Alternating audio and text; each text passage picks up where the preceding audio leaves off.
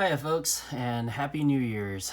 So I thought I haven't made a video in a while, so I'll kind of start do one for the New Year's. It's pretty off the cuff. So I kind of want to talk about a Spyderco Hanan, and I've been wanting to make this video for a while, and I wanted to wait till I actually got my D10 mod video out first, because I feel that's critical to the enjoyment of this knife. Because this knife wasn't very well received because of a bad detent. Everyone just like the detent sucked. You know, all the big YouTubers are like the detent sucked on this. Well, mine doesn't suck because I guess I'm just a little more mechanically inclined. I'm kidding. I like to tinker with stuff, and I've been tinkering with knives for a while, and that's why I made a detent video. Originally I was actually going to do the D10 video with a Hanan, but I ended up, the footage ended up not working out, so I had to trash that, and unfortunately I couldn't get that video out early enough to maybe keep the Hanan off the discontinued list. Well, it doesn't matter now because this knife is already discontinued, which is a shame, because to me this is definitely a beautiful design and it's beautifully executed knife. It's designed by Brad Southard, as anyone should know, and if you actually have ever handled a Southard custom, or even actually a Southard Hanan, you'd be pleasantly surprised at how close this is to a actual Southard custom. So keep in mind that's a $1,500 to $2,000 knife. All right, this original retail for like $235. Now you can find them for like 130 ish, or maybe a little bit more, a little bit less, because people don't really want these, which is such a shame. Again, the first problem, is the detent, which it's already been addressed. I know there are people who are concerned about the recurve. I can say that it's really a non-issue. Like, recurve is not an issue. It sharpens just like anything else. If you know how to sharpen, you can sharpen. It's not like you're sharpening a serration. Just sharpen like any other knife, because the corner of your stones will catch this. So if you're on a KME, Wicked Edge, whatever, it will still work just fine. All right, so there is that. I did add my own modification of a swedge grind. I mirror polished it, and then I've actually threw in my tumbler to give a tumble finish, so it matches the rest of the knife a little bit better. So it also looks closer to the custom, because I think almost every custom have swedge grinds on there. So because I want a custom Hanan really bad, and I don't want to pay the $2,500 for one that's on a secondary right now.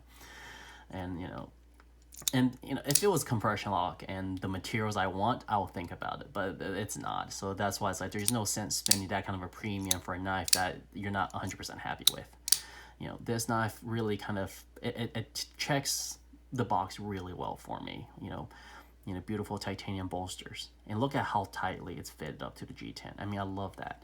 The G10 backspacer, and it captures it so well, because Brad is one of those few custom makers that like to use a lot of G10, and I really am grateful for that, because not everything has to be carbon fiber, not everything needs to be Mokutai, and he makes G10 cool, and I like that.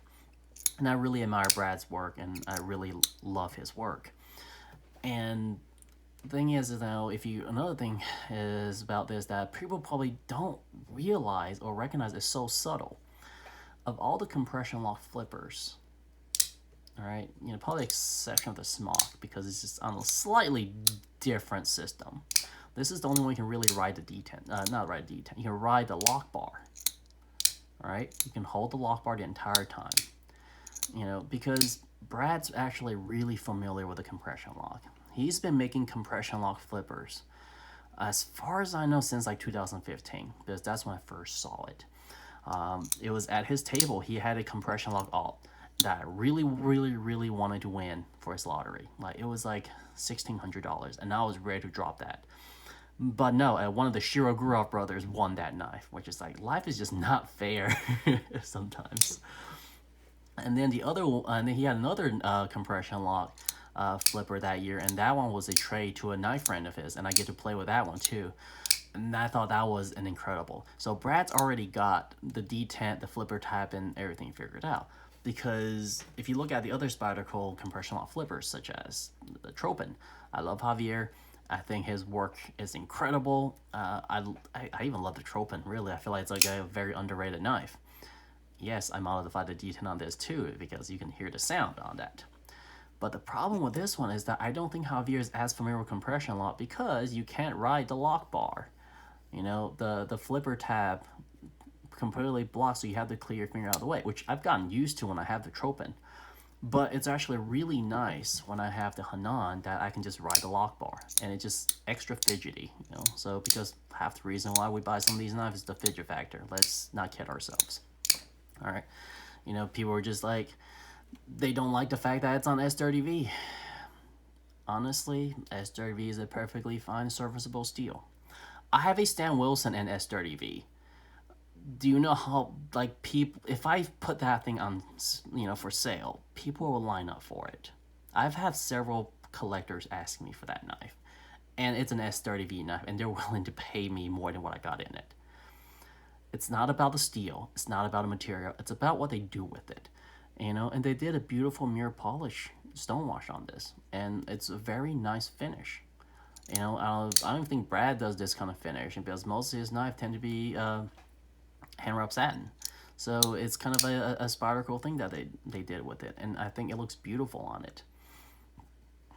So going back to saying, like, with the Brad figuring out the compression lock, because this knife was essentially designed and made about 5 years ago. It just took Spyderco like 3 years to put it on market, and then they goofed on the detent, which really killed this, which is a shame. Which is why part of the reason why I made the detent mod video to help the other Spyderco collectors and lovers of these knives to maybe get more enjoyment out of their knives, because I know that an unsatisfying detent can make or break a knife, because I know folks have bought and sold knives just on action alone. And thing is, this has a fantastic action. I actually did a trade with a buddy of mine. I had a stock Hanan that I just modified the detent, and I did a one-to-one trade with him. And after I got it, he's like, he loved it. Like, he raved about how much he loved the knife with detent. Like, it just completely changed the knife. So, if you watch the other YouTubers already on this knife, then you can see the quality of the fit and finish. I've taken this thing apart multiple times. And the truly cool thing about this, which I really don't see on even a lot of custom knives, this one has indexing pins in the bolsters and in the scales, which means this knife will go back together perfectly every single time. Perfectly. Perfect centering and everything. It's a very high mark to achieve. So this is pretty much like doing the same thing of why we love Chris Reeve knives, because it's able to go back together the same way every single time. And honestly, if you look at it, they're running S35VN, you're running S30V, which is realistically not that different. It's pretty much a small Spyderco in a pocket that's a flipper. I would dare make that claim. I truly, after you get the detent fixed up, finished, all that, yeah, let's go there.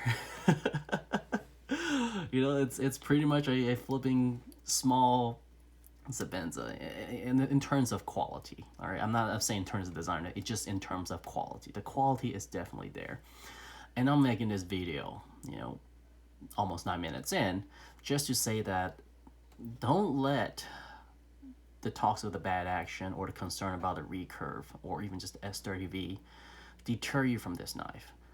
This is an excellent knife. It truly is. Every time I actually take it out, it's just like, oh yeah, this is great. It's the closest thing I'm going to get to a Southern Hanan, without paying the premium for it. So don't let those, things get you, stop you from checking this guy out. Because these you can find on secondary for like 130, sometimes more, sometimes less. And I feel like it's worth every penny of it. And I'm not above picking up another one just to kind of have.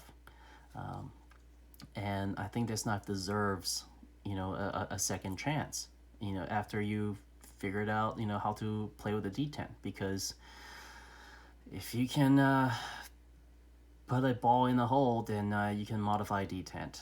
It's just really, really that simple. So I hope this has been a little helpful in your purchasing decisions. So you guys have a great day and have an awesome new year. Bye now.